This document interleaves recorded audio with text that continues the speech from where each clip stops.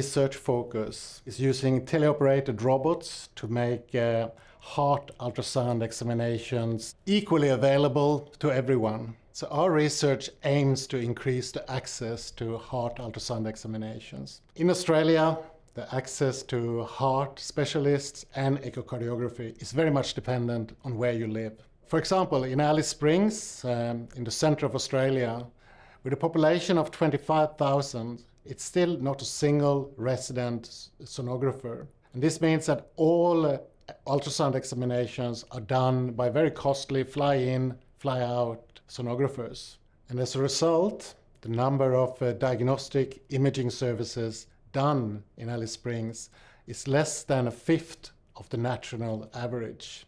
And furthermore, the waiting times in those areas for an ultrasound examination is about 6 weeks. So we're trying to address those issues. The progress we've made in this area is that we have developed a robot system that would be placed in a remote location or, for example, in a van, while the sonographer would sit at his computer in, for example, Sydney or Melbourne and operate this robot remotely. And the robot would hold an ultrasound probe that the sonographer can view remotely.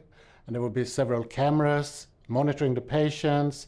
There will be two-way communication with video link. The sonographer also uses a special type of joystick that allows him to feel the forces the robot apply on the patient. All this makes it possible to perform these examinations from a remote location. So there are many benefits of improved access to ultrasound examinations. So about future research, the current project, we have done one clinical trial on healthy volunteers, and we are actually now starting a clinical trial on actual patients at the Alfred Hospital in Melbourne. There's still a lot of things to evaluate, and we find rooms for improvement all the time. So far, what we have seen is that our system gives very similar results to a manual examination, but it takes a bit longer time to do it. So we're focusing a lot on trying to reduce the examination time. And one way we're doing this is combine different sensors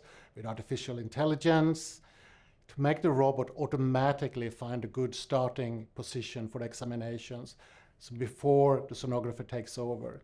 And this not only makes the examination much faster, but it also makes the system easier to use.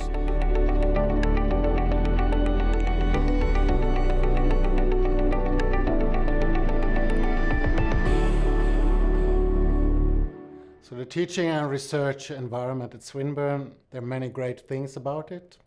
I worked in several universities, both in Australia and internationally. And to me, there are mainly two things that stand out. And the first one is the collaborative environment. Maybe it's because Swinburne is a fairly small university, but it feels like there's no walls between different schools or different departments, and it's very natural and easy to work with people in different research fields. For a roboticist, this is particularly important because to do anything of value in applied robotics, you really need to collaborate with people in other fields.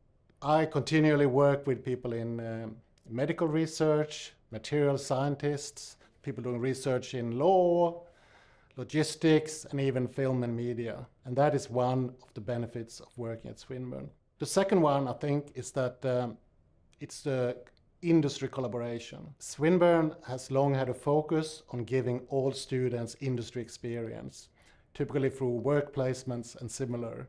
This has really made our students very popular to hire, and it has also led to really high student satisfaction. Pretty much everything is done in collaboration with industry partners, both with large multinationals, but also with small local SMEs. And to me, those things combined is really what makes life at Swinburne great for a roboticist.